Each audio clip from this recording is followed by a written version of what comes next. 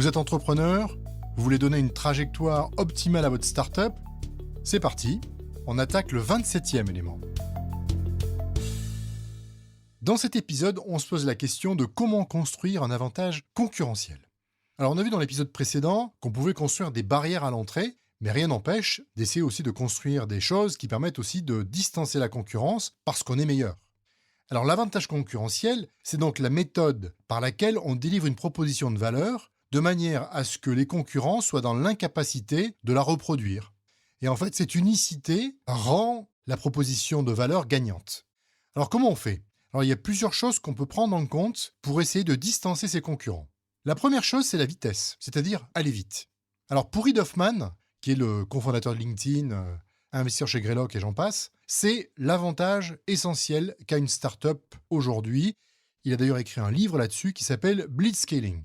Et il dit en fait, il faut privilégier la vitesse à l'efficacité dans un environnement d'incertitude.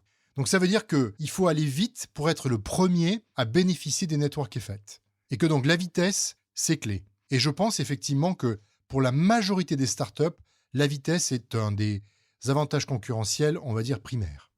Deuxième avantage qu'on peut mettre en œuvre, c'est le capital. Si vous êtes très fort pour lever des capitaux, et bien évidemment, l'argent est fait pour accélérer des choses qui marchent.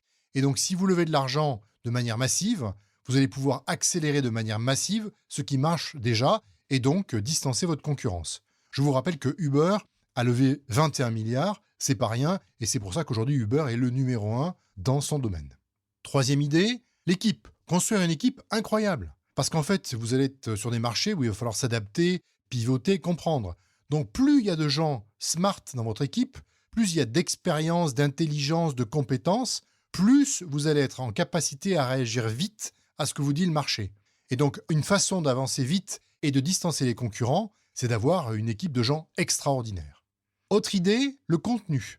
Il se peut que dans le métier dans lequel vous êtes, il y ait de la création de contenu. Si vous pensez par exemple à Facebook, Facebook aujourd'hui a un contenu qui est énormissime. Si vous pensez à des entreprises comme Zillow par exemple aux États-Unis qui référence tous les biens immobiliers, ou bien Yelp qui référence tous les restaurants, eh bien là aussi, il y a du contenu qui est un contenu historique qui date de revues, de commentaires, etc., qui est très compliqué à dupliquer et qui donc donne à la société un avantage non négligeable. Autre idée, le buzz.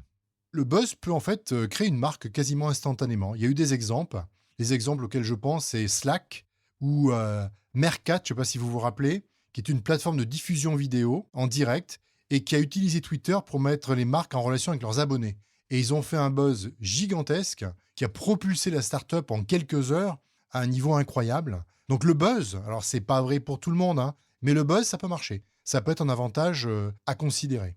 Autre avantage, les relations, qui on connaît. Ça, c'est extrêmement important. Évidemment, plus on est dans un network de gens compétents, de gens connectés, plus on ira vite, parce qu'on posera une question, on aura une réponse, on voudra un contact, on aura un contact. Donc, créer un réseau de gens puissants autour de vous, dans votre domaine, c'est clé. Autre idée, se mettre au bon endroit. Si vous êtes à San Francisco, vous êtes probablement au cœur du réacteur. Si vous êtes à Trifouille-les-Oies, vous êtes beaucoup plus loin du cœur du réacteur. Et que donc, l'endroit où vous vous trouvez, eh bien, va être une incitation à exécuter mieux et à aller plus vite et donc à distancer la concurrence.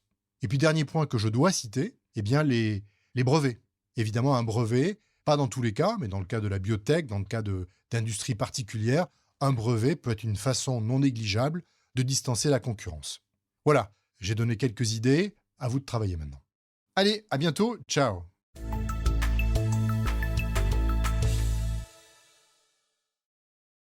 Si à l'issue de cet épisode vous avez encore des questions, eh bien venez sur 34éléments.com, mon académie en ligne, et je répondrai à vos questions avec plaisir.